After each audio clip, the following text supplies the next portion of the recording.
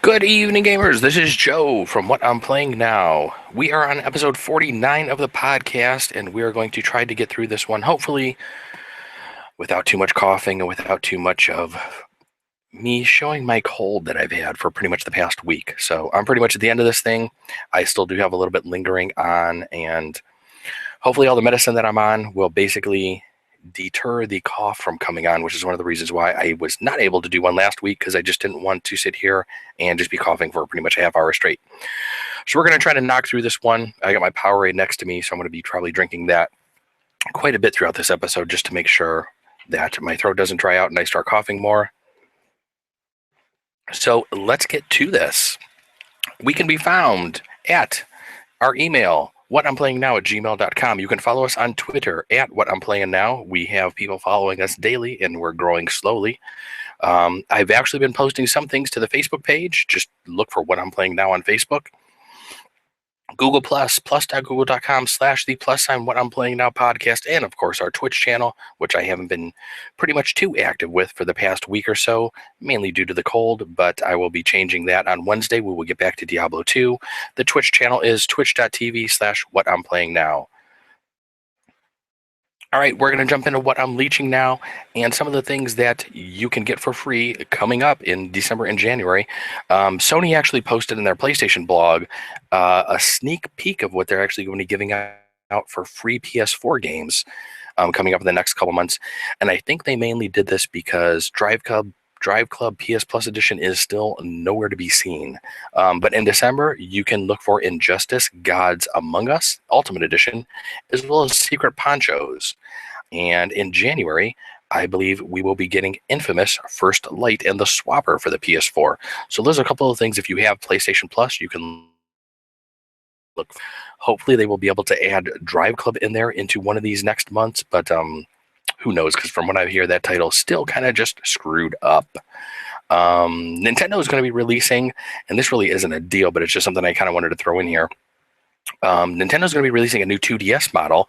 They're going to be translucent blue and red ones, I believe, that are supposed to be coming out around the same time the new Pokemon games are coming out, and they will be priced at $100. I was actually thinking about maybe getting one of these new 2DSs for my nephew.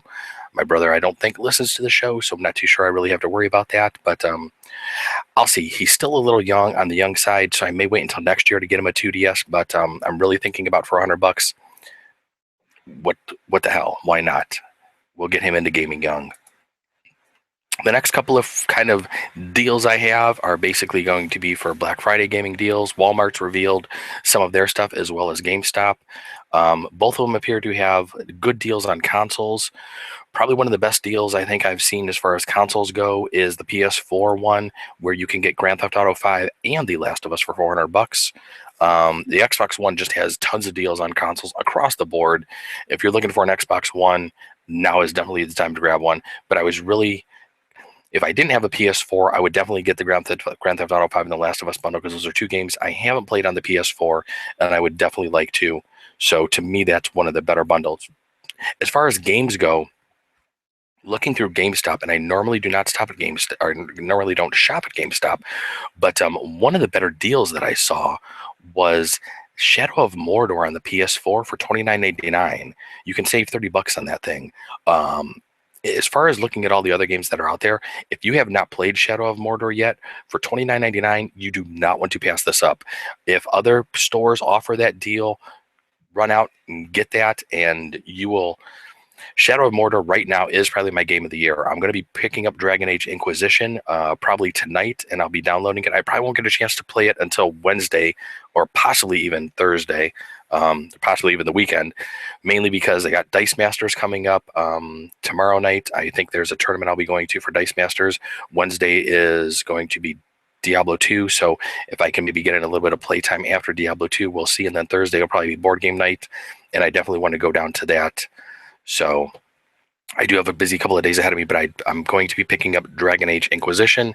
From everything that I'm hearing about that game sounds outstanding, but let's not jump too far ahead. I guess let's get into the news. And some of the news, this one's actually a little bit older of a story. It carried over from what I was going to actually talk about last week, and that was GTA 5 is going to be 1080p 30 frames a second on PS4 and Xbox One. And Rockstar's also released a first-person trailer that where you're going to be able to play in first-person mode for GTA. I don't think you've been able to do really a true first-person mode in any of the Grand Theft Autos before. You will only be able to do this on the Xbox One, PlayStation 4, as well as PC. Also, the PC version will support 4K resolution for those of you that have 4K monitors, which I am extremely envious of. Plus, if you have the video card that can run, more power to you. I was actually talking to my wife earlier about getting the new 970 for Christmas, and I think I've been given the thumbs up for that. So I will be hopefully getting a new NVIDIA GTX 970 for Christmas, which I am completely stoked about. I can get rid of the 560 I have. So still don't have a 4K monitor, but I'm really thinking about checking out Grand Theft Auto 5, especially on the PS4.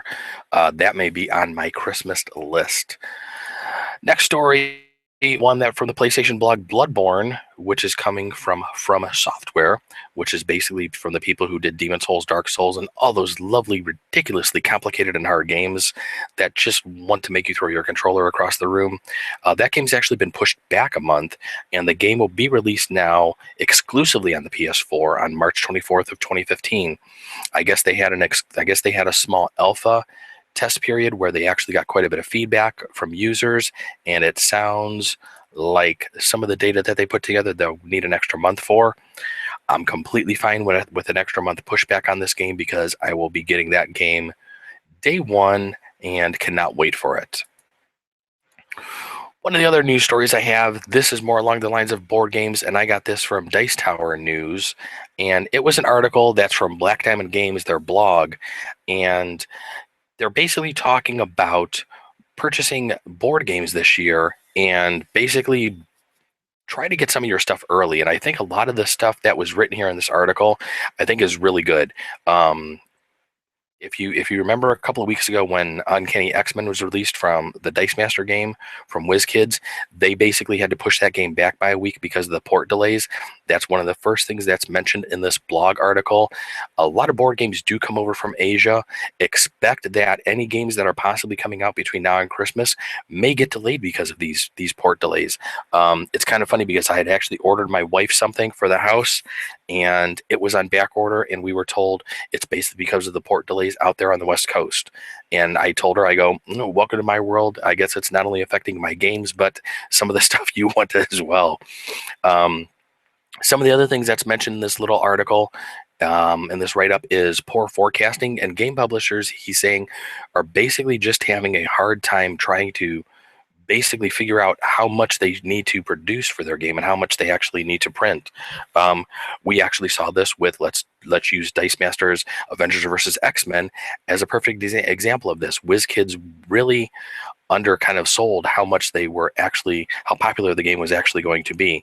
And the crazy thing is what they had actually forecasted, they actually made for that game originally, I think they said 10 times as much as what they had pre-orders for, and it still wasn't even enough. And it sounds like they really were a lot closer and pretty much more spot on with Uncanny, because it seems everybody has Uncanny right now, and Uncanny X-Men for Dice Masters is doing great. But I think board games are becoming a lot more popular. You have Tabletop going into season 3, which is the one show that Will Wheaton does, and it seems like a lot of the board games that they're showing on there, people, a lot of stores are basically having trouble keeping those games in stock. So keep in mind that you possibly if you are watching Tabletop or any of these other YouTube type of shows or anything, maybe on Twitch, that you're probably not the only one watching these, and there's going to be a lot more demand for these games going into the holiday season. Also, things like Amazon and stuff, a lot of the larger retailers get their product basically from the same distributors, so pretty much everybody's pulling from basically the same bucket. So just kind of keep this stuff in mind. If there's a gamer on your Christmas list that you're wanting to possibly get something for, keep in mind that you may want to get out to the stores early and maybe just get that product early and keep it kind of stuffed away so you're kind of not running around and not able to find the product you want. Also keep in mind that if you are looking for things possibly at Amazon or maybe a Target or some of the big box stores, hit up some of your friendly local game stores. Not a lot of people know about them, and you'd be surprised how many actual game stores there are locally around your area who actually may have what you're looking for, and may be kind of like your last resort, and you will probably more than likely hopefully be able to find what you're looking for there. Plus you'll also be helping a local business, which in my eyes is always a thumbs up. Later on, I will talk about a couple of games I just purchased yesterday from my friend in the local game store, so stay tuned for that. A little teaser coming up. All right, the next story I wanted to talk about was from Fantasy Flight Games. They actually released the rules as well as a short video of some playthrough of the Witcher adventure game. I'm really excited for this game. This will be one of the board games that's actually on my Christmas list. Possibly besides Grand Theft Auto 5 as far as video games go. There really aren't too many other games I think I'm going to be having on my list. Maybe Formula Day. I'm not really too sure about that one yet right now, because I just picked up another Formula game, which we'll talk about later. But from what I've watched of the YouTube video that they actually released for the Witcher adventure game, this one sounds really cool. It sounds like you're going around, you're going to be fighting monsters, you're going to be trying to get points that you accumulate throughout the game. And basically whoever has the most points at the end of the game is going to be the winner. It sounds like you can not only assist your opponents, but also possibly harm them as you're playing through the game. So maybe early in the game, you may want to play a little co-op, and then as you get later on into the game, once you build up your character, maybe things could get a little more cutthroat, and you may not be so willing to help out your opponents anymore. But I'm really interested in seeing this game, how it plays. I'm also interested in seeing the latest Witcher 3 video game that's supposed to be coming out, I believe, next year. So, points ready, and this is one board game I cannot wait to try. And speaking of Fantasy Flight games, let's just jump into some other news stories that I saw on Twitter today. And I found the story basically on Dice Tower News. Asmodee, the one publisher, is basically acquiring Fantasy Flight games. So we actually talked about Asmodee a couple of months ago, back in August, when they acquired Days of Wonder. Now they've basically merged and they're acquiring Fantasy Flight games. This is a pretty good merger. I actually follow several different board game developers on Twitter, and I saw a couple of people say that they're basically kind of happy about this. They have no problems with this, and they're kind of giving it the thumbs up. So if they're kind of excited and they're actually developing products that these people are publishing, then us as consumers should probably be pretty much excited as well, I would say. So I think this kind of really caught everybody off guard, because everybody on Twitter was just like, and I jumped out to Board Game Geek and been reading through some of the forums. It didn't seem like anybody really saw this one coming. So this one kind of came out of left field. But we'll see what happens. It sounds like Asmodee is going to leave Fantasy Flight kind of running on its own. They're going to be producing, and the products in their games and their existing product lines will continue to be developed under Fantasy Flight Games and sold under their logo of, the FFG logo. So there are a couple of games that they may bring under the Asmodee umbrella, it sounds like, but it doesn't sound like everything will be brought under there. And it sounds like they're going to try to leave Fantasy Flight alone and just kind of keep them going pretty much the way they are, which is really good, because I know there's a lot of people that play the Fantasy Flight games and really like them as a publisher. All right, our next story is going to be from a GameSpot story, and it is going to be Game of Thrones, and this is from Telltale Games. We've heard a lot about this. I've actually talked about Telltale quite a bit because I'm a huge fan of the Walking Dead series that they released. The Game of Thrones is the next one that they're coming out with. It's supposed to launch actually later this year. It sounds like you're going to be playing the story of House Forrester. I haven't looked too much further into this game. I do want to sit down and actually maybe try to watch some of the show to get an idea of what this is before I actually start playing this one. So I may not get this on launch, but I will probably try to play this at a later time. I don't really think House Forrester, from reading the article on GameSpot, has really been actually touched on in the HBO series, but I still would kind of like to have a background of some of the things from Game of Thrones. I know there's a lot of people I work with that watch this game or watch this show, and everybody says it's spectacular. My wife and I just have not had a chance with our schedules to tack on one more show that we're trying to watch for the week. We're actually trying to cut a few out so we have some more free time. But this is one that's on my list to hopefully try to watch, and hopefully I get some time to do that. Next news story is from Polygon, and it is about the VGA host, Jeff Keighley, is putting together a new Game Awards show called the Game Awards 2014. It sounds like this is going to be streamed live from Las Vegas on December 5th. It's basically the same weekend that Sony is having their whole Sony Interactive thing out there in Vegas, their PlayStation Experience, which kicks off. So hopefully, it sounds like Jeff Keighley is actually paid for this pretty much out of his own pocket, is trying to do this on his own. He's not using Spike or anybody else to try to help him out with this. It sounds like it's going to be pretty much just streamed exclusively. Well, I don't want to say exclusively, but it's going to be streamed on consoles, both the PS4 and the Xbox One, it sounds like. I'm sure it'll also be streamed to last-gen consoles. It sounds like he's working with Twitch to get this out on Twitch as well. So I'm kind of excited to see how this is. Last year, the VGX Award that we had talked about, I think around the time that the website was just kind of getting underway is when they had kind of started that up. And I think that was on one of the early first shows that we had actually discussed it. I thought the show was okay. I'm hoping that the hosts that they have this year are going to be a little different from last year. While I thought that the show was okay, there were a few things that still needed to be tweaked. So we'll see what Keighley actually does this year, and I'm sure it'll be something good. And whatever it is, I know I'll be watching it, and we'll be talking about it on the podcast right after that. So I guess just get ready to hear some news about that. All right, our next story is going to be about Sony and one of their executives explaining why they basically don't allow you to change your PlayStation Network ID or your PlayStation Network name.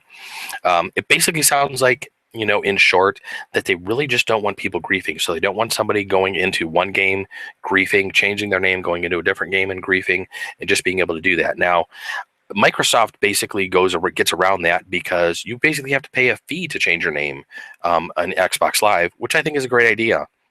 Why Sony hasn't gone down this route yet, I'm not too sure. It sounds like this is something that's on their roadmap. My guess is that they will probably be following in Microsoft's footsteps in basically paying a fee to do that.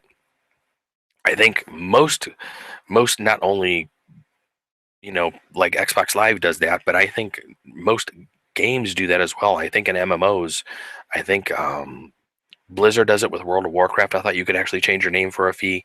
A lot of the MMOs do that. So I think this is something that Sony just needs to get on board with.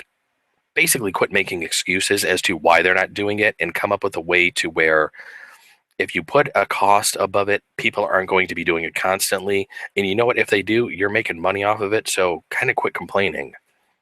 But if people are wanting to grief and they want to pay that money to grief, there's really not much you're going to be able to do other than just start banning accounts from the network, which is something that, you just may have to do and you may have to police for. So Sony hopefully can get on board with that. And our next game is another Polygon article that I found. Elite Dangerous abandons their promise of an offline mode. So Elite Dangerous was a game that was kickstarted, and I've talked about this game before on the podcast, that I had played the original Elite back on the Commodore 64. I'm a huge fan of this game. The game is actually coming out on December 16th. I cannot wait for this game to come out. I do want to play this game. But I'm kind of disappointed that they're actually having to go back on some of the stuff that they promised during their Kickstarter, and the offline mode is one of it. Since I didn't kickstart it, I really don't mind. I'll probably still be picking this game up because I definitely want to give it a shot. But I think there were a lot of people that actually went back to the Kickstarter page and were complaining about this being removed, and it was something that was basically promised to them for the Kickstarter. So I'm hoping that a lot of publishers going forward really take note of this. And if you're going to promise something on Kickstarter, make sure you can deliver it. If you can't promise it, don't put it as one of the highlights of your game as to something that, your customers are going to be able to expect, because it sounds like a lot of people were basically asking for refunds. And I don't really think we want to start going down this road with Kickstarter. I'm sure even if the game was touted as not having an offline mode. I have a feeling it probably still would have been kickstarted. It's probably something they didn't need to promise, but since they kind of did, it it kind of does put a little bit of egg on their face that they actually had to go back and remove that. But I have a feeling the game's still going to be successful. It's still going to get released here in a couple of weeks. We got about a month for everybody to play the game. You can actually pay a little bit more if you want to play the game now. I don't need to play the game that bad because I have so much stuff on my list of stuff to play. Paying extra to play a game right now, I can wait the extra month for. But like I said, hopefully developers going forward and publishers and producers, they can basically come up with a list of things that they can list on Kickstarter as guarantees and stuff that they would be nice to haves, maybe could be listed as these are possible things we're going to work towards, but we don't want to guarantee any of these. So I think everybody just needs to be more cognizant of what they're putting out there on Kickstarter and not trying to just make promises to get their items kickstarted and then having to renege on them, because that just makes everybody look bad, and that's going to just make Kickstarter not being a good place to go for these types of things, and none of us wants that. Okay, our last story is going to be about something I think I talked about a couple of weeks ago, a little game called Paranautical Activity from a company called Code Avarice. One of the co-founders of this company and the developers of this game had actually posted when their game was on Steam. He actually made some threats to Gabe Newell. We had talked about this a couple of weeks ago on the podcast. He said he was actually going to be leaving the company. Well, it sounds like once he really sat down and thought about it, he is not going to be leaving the company. Him and his co-founder have basically come to an agreement where he's going to stay on. The game is not back on Steam yet. He even said that he had told, I guess he did an interview with Eurogamer, and he quoted, "I'd be shocked if Steam put the game back up." And honestly, I'd be shocked as well. And I'd kind of be disappointed if Steam actually did. I think what he did was really, he needs to be held accountable for what he did. And while he did apologize and everything, you can't just go off half-cocked anymore and just start making threats and acting the way you did. I mean, go through the normal channels, get things resolved, and the game probably could have been much more successful than I'm guessing that it has been. And maybe the game's actually doing okay considering his partner actually still has kept him on board, because if I was working with somebody like that and they had gotten us yanked off of Steam, I'm not really too sure I would have wanted to be working with this person anymore. But that's kind of just my opinion on the whole thing.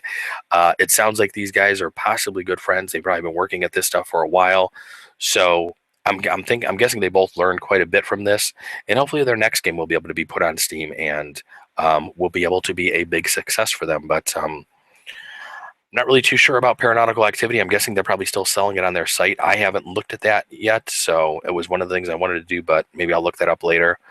But good luck to them is pretty much all I could say. All right, we're going to jump into what I'm playing now, because I have a lot of things that I've actually been playing this past week that I've been sick. So before I got sick, I actually was able to participate in another Uncanny X-Men organized play event, and I was able to do pretty good in that one. I think I came in second and had a blast. I think I'm down to needing possibly 4 rares right now. Hopefully I can get a couple of more traded out tomorrow. Come close to finishing off the set. I still need 2 super rares. I still have a Spider-Man super rare that I'm looking to trade. I'm hoping I could find possibly somebody to trade that off with maybe tomorrow as well. I think I'll be going to a different actual store tomorrow to play. It sounds like there's going to be a store in my area that is offering a free organized play where they're doing like a rainbow draft where you're going to get 12 packs. So I think there's actually going to be a couple of different people I know going to this one. So we'll have to wait and see how many people actually show up and how this one actually is. They're actually starting it a little later than I would hope for. And if they get enough people there, we'll have to actually see how many rounds they actually get in before people actually have to start dropping off. But we'll see. I'll be taking my stuff with me. Like I said, hopefully I can do some trading. Still really enjoying Uncanny X-Men, having a blast playing through the different drafts and still learning about a lot of the different cards, and just basically trying to finish out the set right now. So some of the other things that I was playing this week, I happened to play a lot on the Vita while I was sick.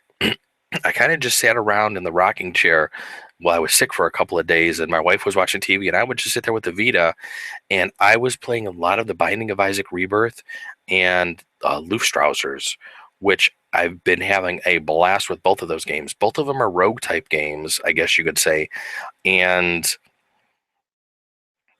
I guess you could. They're very quite different games because one is basically you're running through kind of, I guess you could say, different dungeons trying to basically get to the end. And I still have yet to finish the Binding of Isaac. I've come close a couple of times.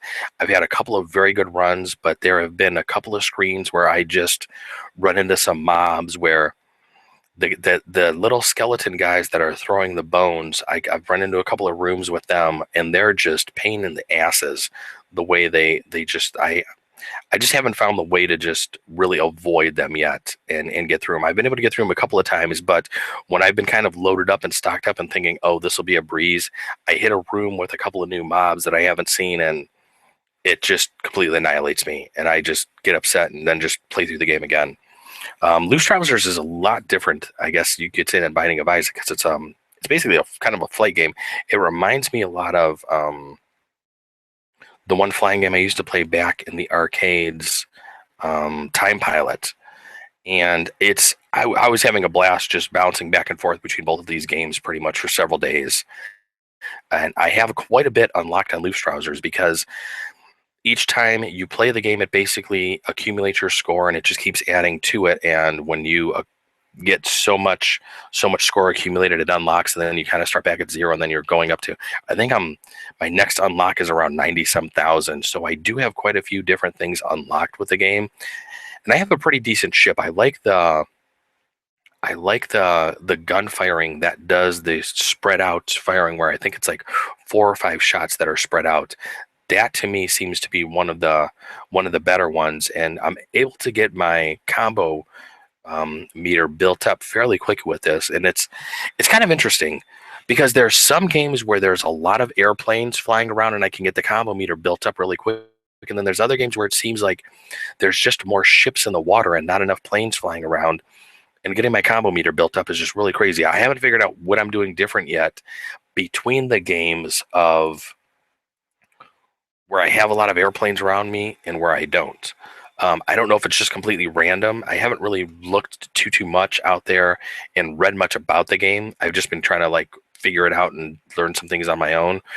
Unlike the Binding of Isaac, where I've actually gone out to the wiki and tried to read several different things as far as what a lot of the different items do in that game, because there are just so many damn items you can pick up in the Binding of Isaac, and it's just trying to remember it all and what they all do. You definitely need the wiki to play that game, and there's a lot of information out there that'll help you out. Those are 2 games that I played the hell out of the past week, and I'm so glad that they were pretty much the free games on from Sony this past month, because I really put that to some good use. A couple other games I've been playing, my wife picked up for me for my birthday. She just picked up a couple of games from Target, I think, on the way home from work the one day for my birthday. She got us Lego Marvel Superheroes, which we actually played through, I think, the first chapter of the other night when we got it, and we were having a lot of fun with that. For that being a Lego game, there were a couple of times where both of us kind of were looking at each other like, okay, what do we have to do next? And we were like, okay, we're kind of just going around and trying different things. And then we finally kind of just stumbled through it. Okay, here's what we needed to do. So, I mean, there were a couple of times where we kind of sat there and we were expecting the game to be not super easy, but there were a couple of times, like I said, we kind of looked at each other and we're like, neither of us were really too sure what to do. And it seemed like the game was telling us to do one thing, and what we thought we had to do was something completely different from what we actually needed to do at the time. So we were able to get through that first chapter, have a blast with it. I think we unlocked quite a few different characters on that, but it seems like there are just a ton of characters from the Marvel universe you can unlock in that game.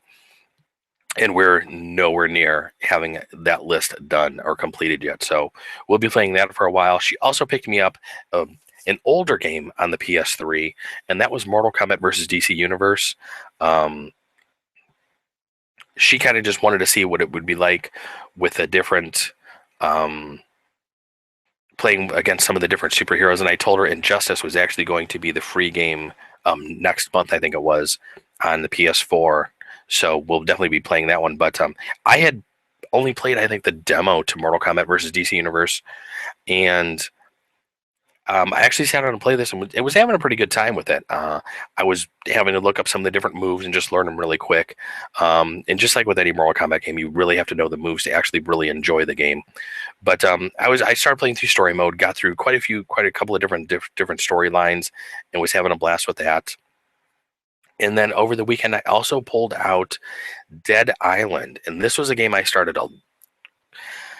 well over a year ago, I would say, because I think I started this game before I had my PlayStation 4, and I've never gone back to really finish it. I think I was on chapter 12, and I pulled it out Friday night and said, what the heck, let's try to just get through this and see if we can knock it out. And I was able to get up to, I think, chapter 16 Friday night, and then I just knocked it out Saturday morning real quick for a couple hours. So I think I had maybe another 5 hours left is what it took me to finish it. I was skipping all the side missions. I kind of just wanted to get through the game just to kind of just put another check mark on my list of a game that I completed. And while I did like Dead Island, I will say that towards the end of the game, I kind of was ready for it just to kind of be over with. And I thought the final boss fight was just really anticlimactic. I just really wasn't excited and stoked about it. Um, it seemed at that time I had unlocked and done so many different things to my character that I would just die, lose a bit of money, little bit of money, come back. The boss character never really seemed to heal after dying, which really surprised me because it was just like, okay, I'll just go up, hit him until I die, come back, hit him until I die, and it kind of just really seemed like a really cheesy way to win the game. But considering everything that was going on in that final boss battle, I was just like completely fine with it and said, what the hell, let's just get this thing knocked out and let's just finish it. So, um, one of the other games I played over the weekend was the Pathfinder Adventure card game. I actually picked up Skulls and Shackles over the weekend, and was able to play it on Sunday. I was hoping to actually start the organized play at my friendly local game store because I'll actually be hosting um, the organized play down there for Skull and Shackles on the first and third Sundays of the month. I'll actually be tweeting out about this stuff and maybe give the store name and everything and where I'm gonna be doing this. But the first and third Sundays of the month is where I'm gonna be doing organized play. The store didn't have all of the organized play stuff in yet. They still weren't listed on Paizo's website, so the owner's still working on getting that completed. So I basically bought the game. There were a couple of people that did show up that were looking forward to playing it, so we kind of just unboxed my box since the store didn't have their store copy yet, and sat down and just knocked out a couple of adventures real quick. We knew that this wasn't going to be for organized play, but we still had a blast playing the game. I had read through the rules previously that I had just downloaded off of Paizo's website. I was a little familiar with the ships and how they worked. I had watched a couple of videos on how it was played, and since I had played enough Rise of the Rune Lords, we were all able to just jump right in and kind of just play. So I kind of just used this one as my demo, although the couple of people that I were playing with had played the game. They had actually already done some organized play, and they participated in another store, so they were pretty much well versed in the game already. But we did a couple scenarios, had a blast with that, and that's basically going to be what I'm jumping into my last part of the show, and that's what I want to play now. I definitely want to play some more Skull and Shackles. I want to get into the organized play. I want to see some of the scenarios that they have out there for that. The other board game that I picked up for my birthday was Race Formula 90. And this is a game you can find out on Board Game Geek. It's a Formula One type game. It seems kind of like it's a card management Formula One game, unlike Formula Day, where it's more rolling dice.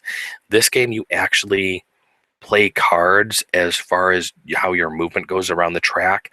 And it looks like one of the better Formula games, or Formula One games. So I have not played the game. I've watched a couple of videos on it. I've read quite a bit about the game. I'm really looking forward to playing this one. My wife, I'm not really too sure how excited she is on playing this one. When I showed it to her, she was kind of just like, oh. So we'll have to see about that. Also, one of the things I was supposed to do this past week was do a demo on Golem Arcana, my friendly local game store, where I am going to be doing my organized play for Skull and Shackles. Had gotten in a demo copy of Golem Arcana.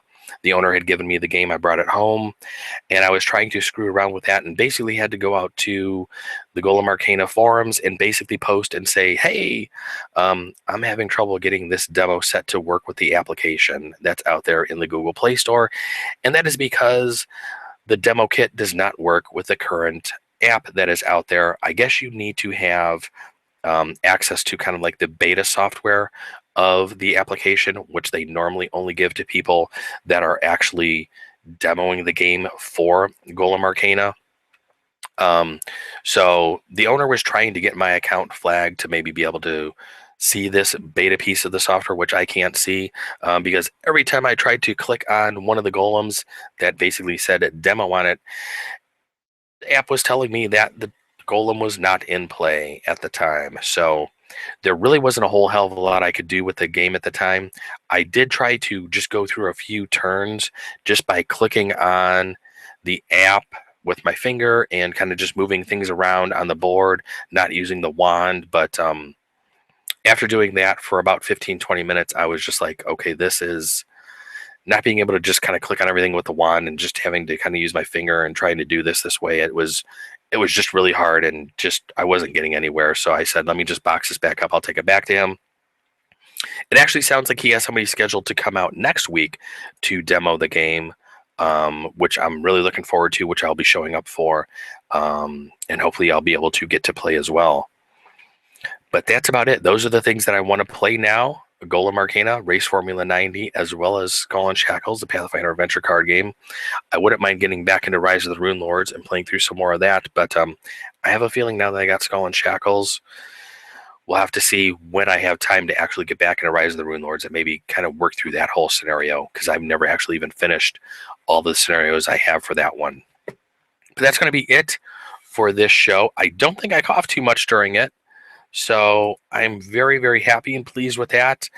Send us some emails. Let me know how I'm doing. What I'm playing now at gmail.com. Also, you can go out to iTunes and give us some ratings. We're also on the Xbox Music Store. You can follow me on Twitter at What I'm Playing Now. Don't forget to drop the G.